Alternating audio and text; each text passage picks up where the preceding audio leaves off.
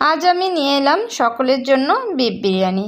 দেখেন আমি কীরকম রান্না করেছি, খেতে বেশ টেস্টি ছিল। চলেন তাহলে রান্না করা যাক।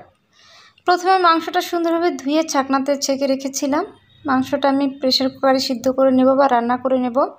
মাংসটা প্রেসার কুকারে দিয়ে দিলাম। এখন দিয়ে দিলাম পেঁয়াজ কুচি, রসুন কুচি এবং যাবতীয় মশলা দিয়ে আমি সুন্দরভাবে মেখে নেব।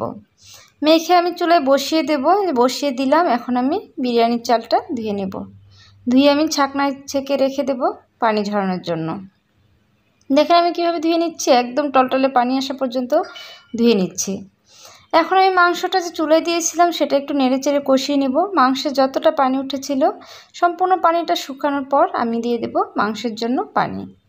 মাংস সিদ্ধ হওয়ার জন্য প্রেসার কুকারে খুব বেশি পানি দিতে হবে না, একটু পানি দিলেই হয়ে যাবে, অল্প সময় সিদ্ধ হয়ে যাবে। তাই আমি অল্প করে পানি দিয়ে দিলাম। মাংসটা ভুনা ভুনা হয়ে গেলে আমি নামিয়ে নেব। এই যে আমি প্রেসার কুকার বসিয়ে দিয়েছি, 5টা শিশ অবধি অপেক্ষা করেছিলাম। দেখেন আমার মাংস হয়ে গেছে। এখন আমি একটু ভাজা মশলার গুঁড়া দিয়ে দিলাম। দিয়ে এখন মাংসটা আমি নামিয়ে নেব। মাংসটা আমার একটু ভুনা ভুনা হয়ে গেছে, বেশিটা ঝোল নেই, খুব একদম মাখা মাখা। মাংসটা এখন আমি নামিয়ে দিচ্ছি। ওই চুলায় আমি প্যান বসিয়ে দিলাম। প্যানে তেল দিয়ে তেল গরম হয়ে আসলে আমি পেঁয়াজ বেরেস্তার জন্য পেঁয়াজ দিয়ে দিলাম।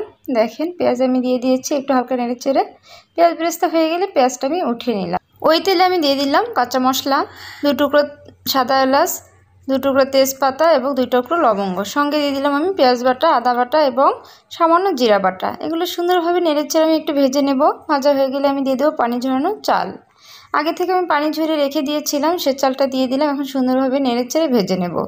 হালকা ভাজা হয়ে এলে তারপর আমি দিয়ে দেব রসুন বাটা। এখন আমি সুন্দরভাবে নেড়েচেড়ে ঢাকনা দিয়ে ঢেকে দেবো। নাড়াচাড়া হয়ে গেলে ঢাকনা দিয়ে ঢেকে দিলাম।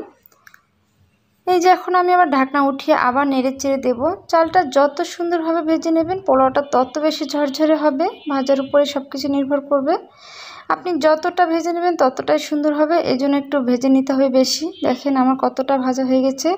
চালটা ভাজতে ভাজতে একদম ঝরঝরে হয়ে যাবে। আমি আপনাদেরকে দেখাচ্ছি, দেখেন কতটা ঝরঝরে হয়ে গেছে।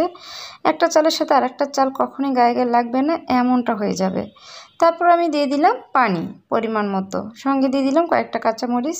হালকা পানিটা কমিয়ে আসলে তারপর আমি দিয়ে দেব, এখন আমি দিয়ে দেব বিরিয়ানির মশলা। বিরিয়ানির মশলা দিয়ে একটু নেড়েচেড়ে নেব। নেড়েচেড়ে আমি আবার ঢাকনা দিয়ে ঢেকে দিলাম।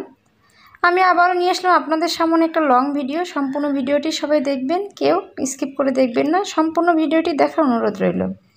দেখেন আমার পোলাওটা হয়ে গেছে। আমি এখন দিয়ে দিলাম পেঁয়াজ বেরেস্তাটা। পেঁয়াজ বেরেস্তা দিয়ে আরও একটু সামান্য নেড়েচেড়ে মিক্সড করে নেব। দেখেন কতটা ঝরঝরে হয়ে গেছে পোলাও, একেবারেই দেখি কতটা সুন্দর লাগতেছে। এখন আমি পোলাওটা চুলা থেকে নামিয়ে নেব। এখন আমি প্লেটে ডেকোরেশন করে নিলাম। দেখেন খাওয়ার জন্য অনেকটা টেস্টি হয়েছিল, অনেকটা টেস্টি। আল্লাহ হাফেজ।